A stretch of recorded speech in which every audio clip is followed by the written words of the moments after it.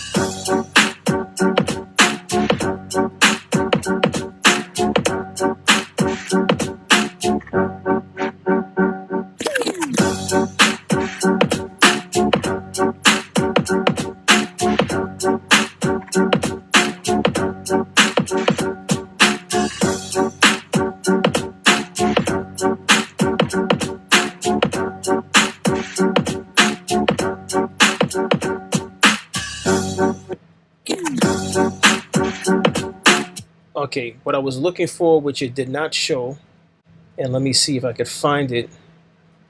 I'm gonna have to go to Nas's page. Let me go to Nas's page for this, because there's a point I'm trying to make with this, and I'm gonna have to go back, and hopefully it's in there, right here. All right. One of the staples of the pop-up shop was this backdrop that was supposed to simulate the New York City trains. And for those of you that's watching this episode, you know exactly where I'm going with this, right? So this was inside the pop-up shop where, you know, you could go in that pop-up shop, buy merch, buy vinyl, buy cassettes, not just of Nas, but again, of other artists, because this was a Legends only showcase, right? But at the somewhere at the back of the pop-up shop was a wall that was made to look like the New York City train station. As you can see, they also have like a piece of iron to simulate one of the beams in the subway station, as well as the wallpaper to look like it's one of the walls in a underground subway station, along with the wooden bench behind Nas. And let me see if there's more photos of that wall. Oh, this is just more stuff at the store. All right, so as I mentioned, you see the vinyl, right, from different artists, including Nas. You see King's Disease 3. You see Magic 1, incredible project, right? And just different little areas for you could take photos. You could take photo with an old school telephone, payphone. By the way, this is De La Soul for those of you that don't know. This is Rome Streets, right? Just different areas you could take photos. All right, but that wall is what I wanted to highlight. Reason being, because now that Jay-Z is celebrating the 30th anniversary of Reasonable Doubt, Jay-Z goes ahead, and let me just say this: Mass Appeal. I'm sure Nas, funded this from his brand Mass Appeal. Jay-Z goes ahead, being the megastar that he is. And let me just say this: I'm a Jay-Z fan also, but I had to call this out because from the time I saw this, immediately I thought about Nas's pop-up shop. Reason being is it was only a month away. It was only a few months ago. All right, it was towards the end of last year he had that pop-up shop. All right, it said it here again. All right, he had that pop-up shop. I had it somewhere.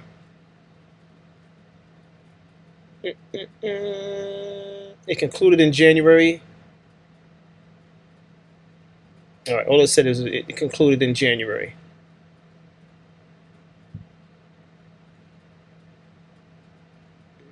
Yeah, I don't see where it says, but reason being is when I saw this wall, then of course Jay-Z celebrating the 30th anniversary of Reasonable Doubt. Jay-Z and his brand decided to take it a step further. How about we actually use some train cars, have it tricked out, and sell merch inside the train car, an actual train car in the actual subway system. All right. Now I'm gonna say this. Yes, I'm biased to Nas, but Jay-Z did his thing on this. I can't be here bitter and act as though this isn't a fly way to roll out some merch, some vinyl, anything. This to me, this would be, as a New Yorker, this would be an artist's dream.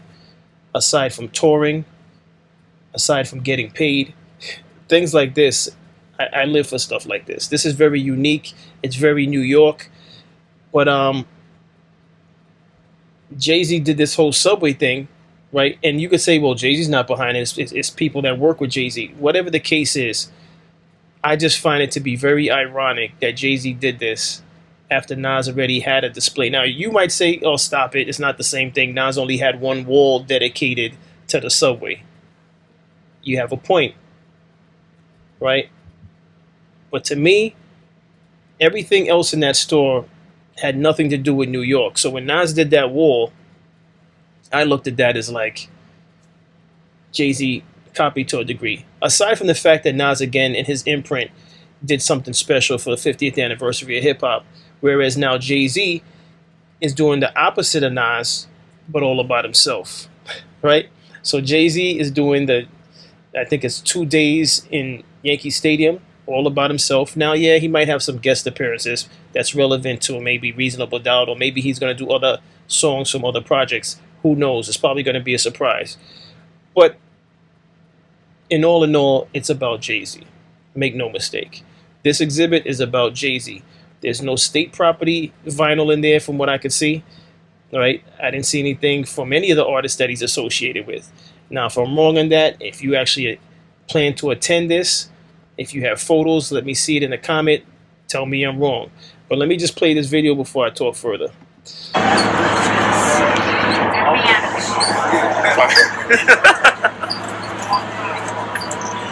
So congrats. Congrats. Another one. Just like the real stuff though. It's hot. It's hot. Are we that crazy? It's fine. All right, this is one of a few things that I chose to play because the other promotional stuff on Instagram has music playing in the background, much like this one. So I think I muted the music anyway, but I'm gonna play this. More promotional stuff for that pop-up shop. Oh, by the way, the pop-up shop, there's 2 locations. There's I believe one in Manhattan, which is the Subway, and then there's one in Brooklyn, which is actual store. All right, so he doubled up. Now, make no mistake, is this better than Nas's pop-up? Yes, in terms of just the promotion of this. You know, again, I'm a fan of all aspects of the art when it comes to music. The rollout, promotional videos, the merch, and I can't lie, he completely nailed this. It's phenomenal work. You know, the team that he had, I mean, come on, he has the train wrapped, the billboards. I mean, he is the definition of, you know, do it big when you do it. When you do it, go all out. And he went all out because this looks phenomenal. And I said this before in a previous episode. I could only imagine that there's an album just waiting to be delivered after he's finished with this whole celebrating 30 years of Reasonable Doubt. I'm almost sure that there's an album going to come out. It just doesn't make any sense. Along with the interviews that he did about 2 interviews. And people were wondering why all of a sudden he's doing the interviews. I think all of that obviously was because he knew he was planning to celebrate the 30 years of Reasonable Doubt. But I also do believe that there's an album, if not in the works, that's already done, and he's going to reveal it before the summer's over. But what's your thoughts on the similarities to the things that I mentioned as far as Yankee Stadium and then doing the pop-up shop, particularly the pop-up shop that's in the train station after Nas had that wall? Again, it's not my words. It's my opinion on the fact that I think there's a similarity here, but it's not my words. But people say that every time Nas does something, Jay-Z has to do something right after. And in my opinion, based on what people have been saying about that, this seems to be true. But listen, that's all I have on this episode. As always, I appreciate everyone for tuning in. If you haven't already, hit that like button, hit that subscribe button. Tell a friend to tell a friend. I drop episodes daily at 5 p.m. Eastern Time. And as always, stay honorable.